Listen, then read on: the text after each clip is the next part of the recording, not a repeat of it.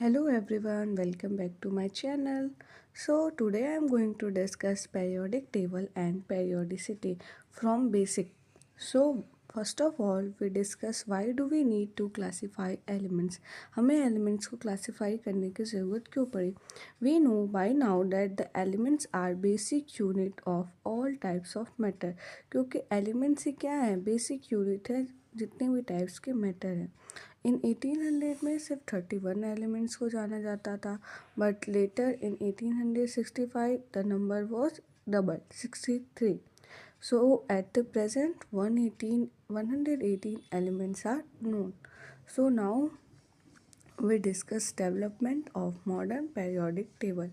So first German chemist come named Dobenier. He gave Dobenier triads.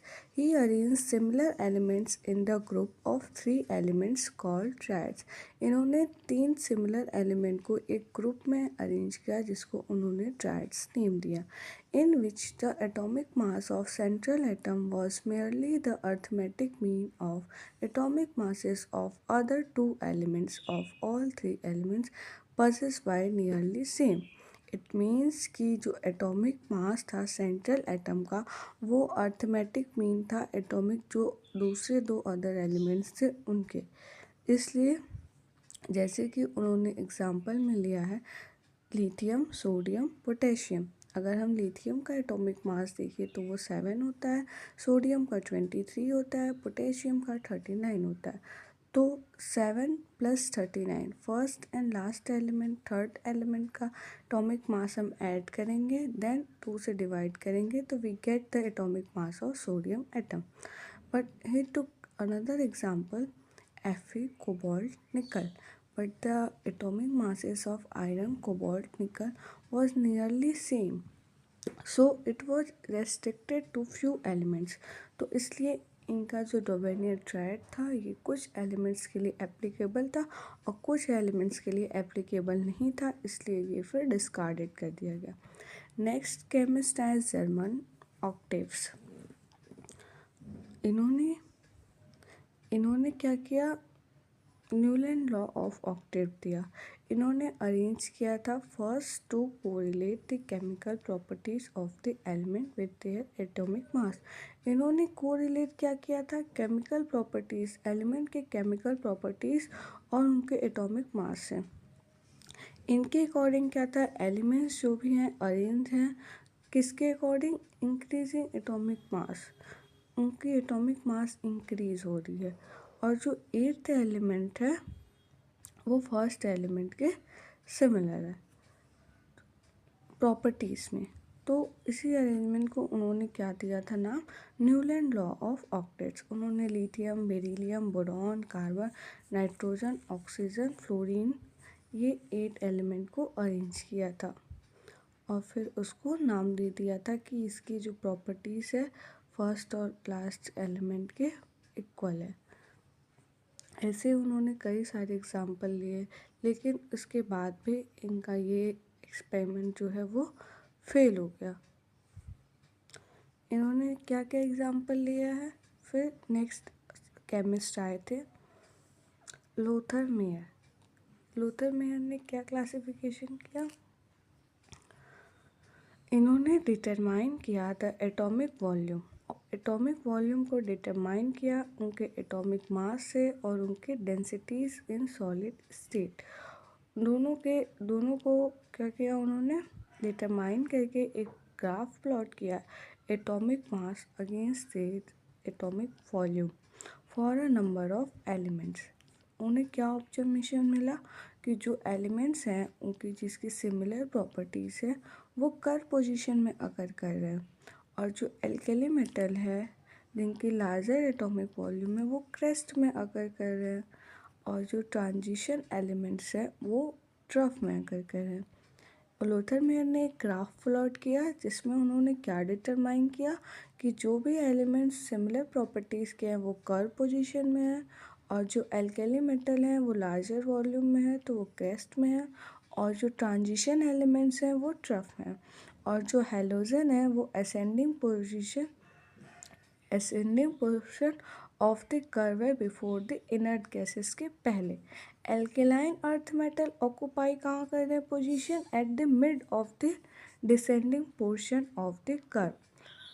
फिर on these basis, इसके बाद इन सब के ऑब्जर्वेशन के बाद उन्होंने क्या कंक्लूड किया कि जो फिज़िकल प्रॉपर्टी है एलिमेंट्स की, ये क्या है? पीरियोडिक फंक्शन है ऑफ देयर एटॉमिक मासेस, उनके मासेस के।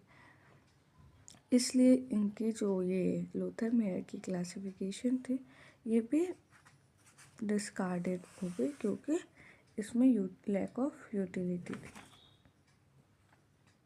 इसलिए इन्होंने जो भी पीरियोडिक टेबल बनाया था ये फेल हो गया। फिर नेक्स्ट साइंटिस्ट आए थे Mendeleev.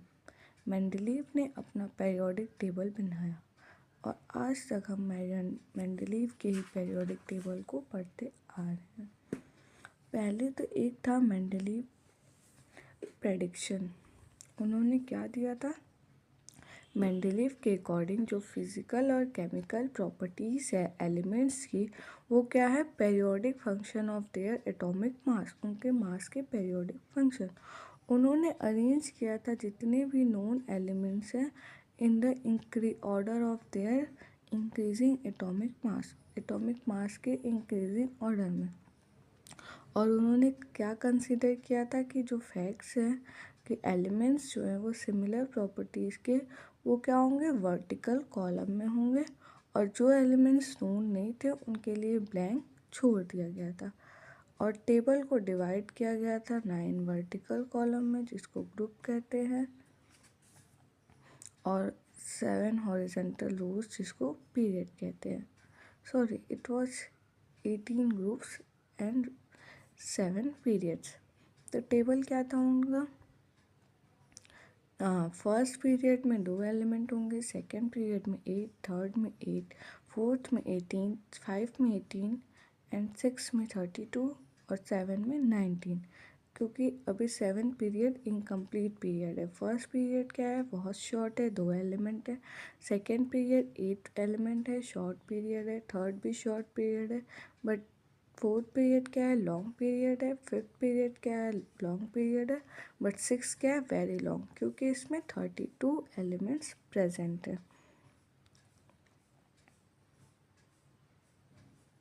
Merits of Mendeleev periodic table.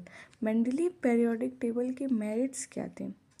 It has simplified and systematize the study of elements and their compound. इनका जो पीरियोडिक टेबल था वो सिंपल था और सिस्टमाइज था। It has helped in predicting the discovery of new elements on the basis of blank spaces। और इन्होंने जो पीरियोडिक टेबल दिया था इसके बेसिस पे जो नए एलिमेंट्स का डिस्कवरी था उनका जो पोजीशन है वो आराम से हम ब्लैंक स्पेसेस में दे सकते थे। मेंडलीव ने प्रेडिक्ट भी किया था प्रॉपर्टीज़ ऑफ मिसिंग एलिमेंट। जो भी मिसिंग एलिमेंट्स थे उनकी प्रॉपर्टीज़ को from the known properties of other element, जो नोन एलिमेंट थे उनके प्रॉपर्टीज़ से सिमिलर कर दिया था। जैसे कि उन्होंने एग्जांपल लिया था इका एल्यूमिनियम एंड इका सिलिकॉन। उन्होंने इसको नेम दिया था पहले से ही गैलियम एंड जर्मेनियम, क्योंकि ये डिस्कवर नहीं था मेंडलीव के टाइम में, लेकिन बाद में इसे पाया गया और इसकी प्रॉपर्टीज़ को प्रेडिक्ट किया मेंडलीव। दो भी एलिमेंट्स हैं, एक्सपेरिमेंटली उन्होंने उसको सिमिलर बनाया।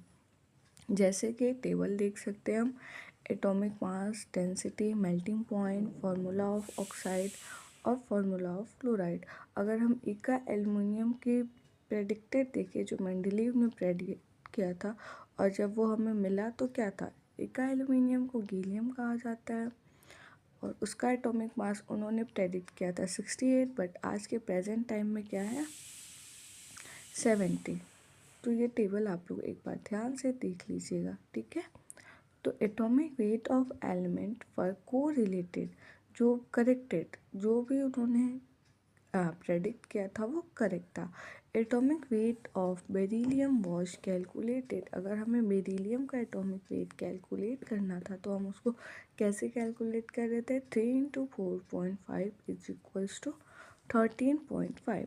तो कंसिस्टिंग अगर हम उसकी वैलेंसी देखें तो वो क्या था 3 was correctly calculated considering its valency 2।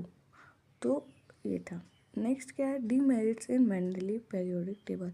अब मेंडलीव का पेरियोडिक टेबल है तो उसमें कुछ डीमेरिट्स भी रही होंगी। तो पहला डीमेरिट क्या था कि position of hydrogen element was not define uncertain, मतलब उन्होंने हाइड्रोजन की पोजीशन ही नहीं बताई। It has been 1A placed in 1A and 7A group, क्योंकि because it resemblance in both group. Next no separate position were given to isotope. जितने भी isotopes थे उनकी सेपरेट पोजीशन नहीं थी। Order of increasing atomic weight not strictly follow in the arrangement of elements periodic table. जो भी orders थे वो भी नहीं था। जो भी सिमिलर एलिमेंट्स थे वो डिफरेंट ग्रुप में प्लेस कर दिए गए। जैसे कॉपर को 1B में, मरकरी को 1B सेकेंड बी में। तो similar the elements with different properties were placed in the same group, जैसे एल्केली मेटल 1A में। तो इससे प्रॉब्लम आई और उन्होंने पेरियोडिसिटी के कॉज को भी नहीं बताया। फिर आया long form of periodic table, जिसको मोस्टली पेरियोडिक। उन्होंने क्या दिया, उन्होंने स्टडी किया फ्रीक्वेंसी ऑफ एक्सरे जो भी प्रोड्यूस होते हैं बॉम्बार्डमेंट से एक strong beam of electron metal को टारगेट करके दिया जाता है। उन्होंने पाया कि जो स्क्वायर रूट है फ्रीक्वेंसी ऑफ एक्सरे की, स्क्वायर रूट ऑफ न्यू, ये किसके प्रोपोर्शनल है, number of effective nuclear charge that is Z of metal, that is the atomic number and not to the atomic mass of atom of that metal, as the nuclear charge of metal atom is equal to the atomic number। तो अगर हम mostly का periodic table देखें तो उन्होंने क्या दिया है कि square root of mu is equals to a in the bracket of z effective minus b, where a क्या है प्रोपोर्शनली कांस्टेंट है और बी क्या है कांस्टेंट है for all the lines in a given series of X rays. Therefore he concluded that the atomic number was better fundamental properties of an element than its atomic weight। He then suggested that the atomic number z instead of atomic weight। उन्होंने z atomic number को suggest किया था wait के according. फिर आता है modern periodic law या फिर मोस्टली पेरियोडिक लॉ। उन्होंने क्या दिया कि जो फिज़िकल और केमिकल प्रॉपर्टीज़ है एलिमेंट्स की, वो क्या है पेरियोडिक फंक्शन है उनके एटॉमिक नंबर की।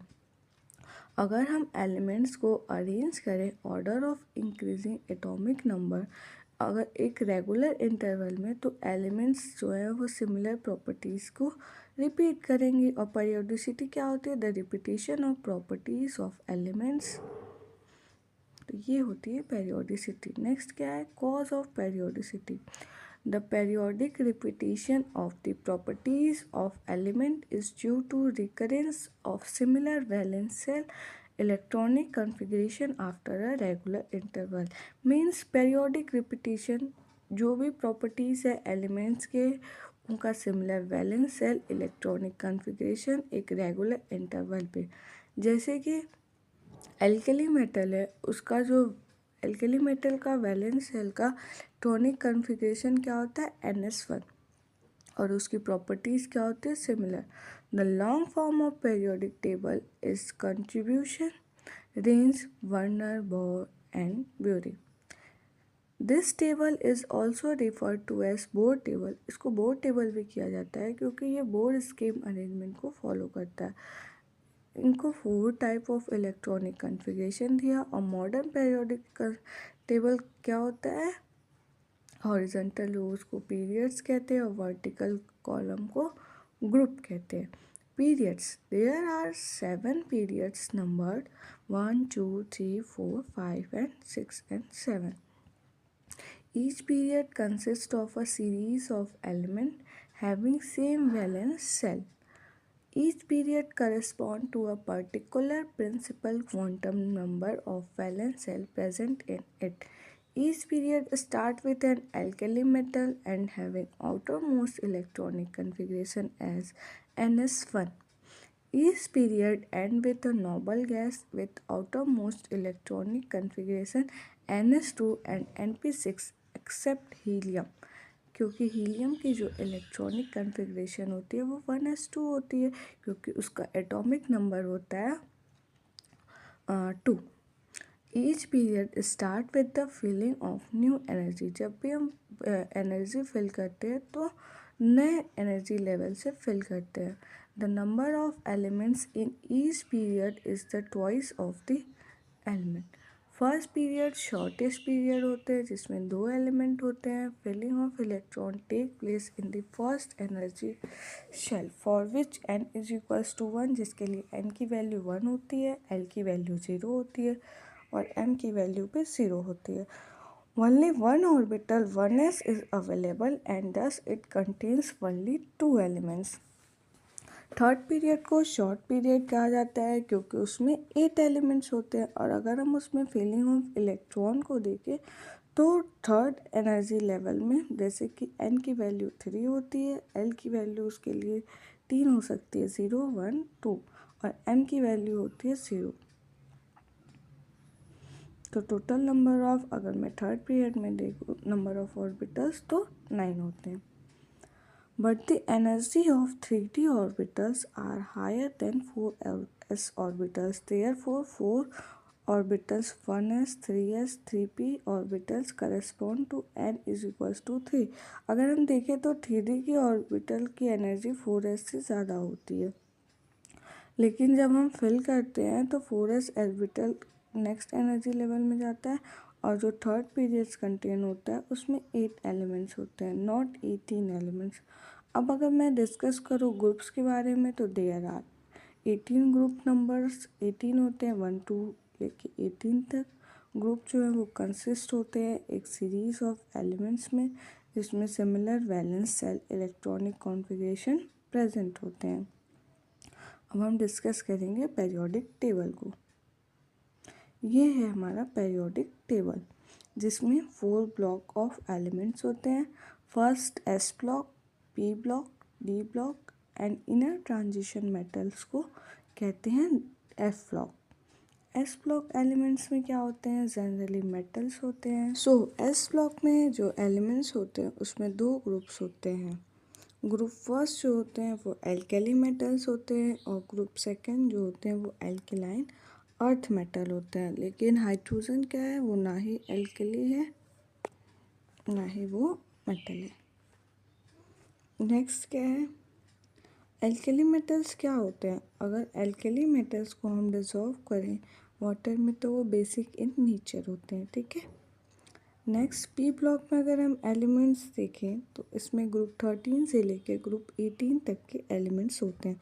ग्रुप 13 को बोरॉन फैमिली कहते हैं, ग्रुप 14 को कार्बन फैमिली कहते हैं, ग्रुप 15 को नाइट्रोजन फैमिली कहते हैं एंड ग्रुप 16 को ऑक्सीजन फैमिली या फिर चाल्कोजेंस कहते हैं. ग्रुप 17 को हेलोजेंस कहते हैं और ग्रुप 18 को नोबल गैसेस कहते हैं. वहीं अगर हम डी ब्लॉक एलिमेंट्स की बात करें तो उसमें 3D सीरीज़, 4D सीरीज़ और 5D सीरीज़ होती है. नेक्स्ट अगर मैं एफ ब्लॉक एलिमेंट्स की बात करूं तो उसमें क्या है, लेंथेनॉइड सीरीज़ है और एक्टिनॉइड्स सीरीज़ है. ठीक है. Classification of elements. एलिमेंट्स का क्लासिफिकेशन कैसे होगा, it is based on the type of orbitals which receive the differentiating electron. ये डिपेंड करता है कि लास्ट इलेक्ट्रॉन कौन सा एंटर कर रहा है, उनके ऑर्बिटल्स में कौन से टाइप की ऑर्बिटल है. एस ब्लॉक एलिमेंट्स क्या है, when shell up to n-1 are completely filled and the last electron enters the s orbital of the outermost nth shell, the element of this class called s block. It means कि जो last electron जो है वो enter करेगा s orbital के outer most shell में, इसलिए उसको एस ब्लॉक एलिमेंट बोलते हैं. Group 1 and 2 constitute the s block. General electronic configuration क्या होती है, inert gas, that is 1s2. S block elements जो है वो लाई करते हैं left of the periodic table और इसमें क्या होते हैं, मेटल्स होते हैं। नेक्स्ट क्या है, P block element, when shells up to n-1, जब तक n-1 कम्प्लीटली फिल नहीं हो जाते और डिफरेंट इलेक्ट्रॉन इंटर नहीं करते हैं पी ऑर्बिटल में of the nth orbital, element of these class elements are called P block. इसमें पी ब्लॉक एलिमेंट्स कहाँ से कहाँ तक होते हैं, ग्रुप 13 to 18, उसको हम पी ब्लॉक कहते हैं। जनरल इलेक्ट्रॉनिक कन्फिग्रेशन क्या होती है, NS2 NP, अब 1 से लेकर 6 तक कोई भी नंबर लास्ट इलेक्ट्रॉन ऑर्बिटल में हो सकता है। पी ब्लॉक क्या होते हैं, right side of the periodic table होते हैं। इसमें कुछ मेटल्स होते हैं, कुछ नॉन मेटल्स होते हैं और कुछ मेटलॉइड्स होते हैं। एस ब्लॉक और पी ब्लॉक को collectively called as normal. Next है d block element. D block में क्या होता है, इसमें फर्स्ट ट्रांजिशन सीरीज होते हैं 3D, जो जिसमें 10 एलिमेंट्स होते हैं, जो स्टार्ट होता है स्कैंडियम से लेकर जिंक तक। नेक्स्ट होता है सेकेंड ट्रांजिशन सीरीज, जो स्टार्ट होता है 4D सीरीज, इट्रियम से लेकर कैडमियम तक, फोर्थ सब सेल में होते हैं। थर्ड ट्रांजिशन सीरीज होता है 5D सीरीज, जिसमें एलिमेंट्स होते हैं लेंथेनम से लेके हैफनम तक और मर्क्यूरी तक। इसमें 5D सेल में सब सेल में इलेक्ट्रॉन, लास्ट इलेक्ट्रॉन आता है। Those elements which have partially filled d orbitals in neutral state or in any stable oxidal state are called transition elements. इनको transition.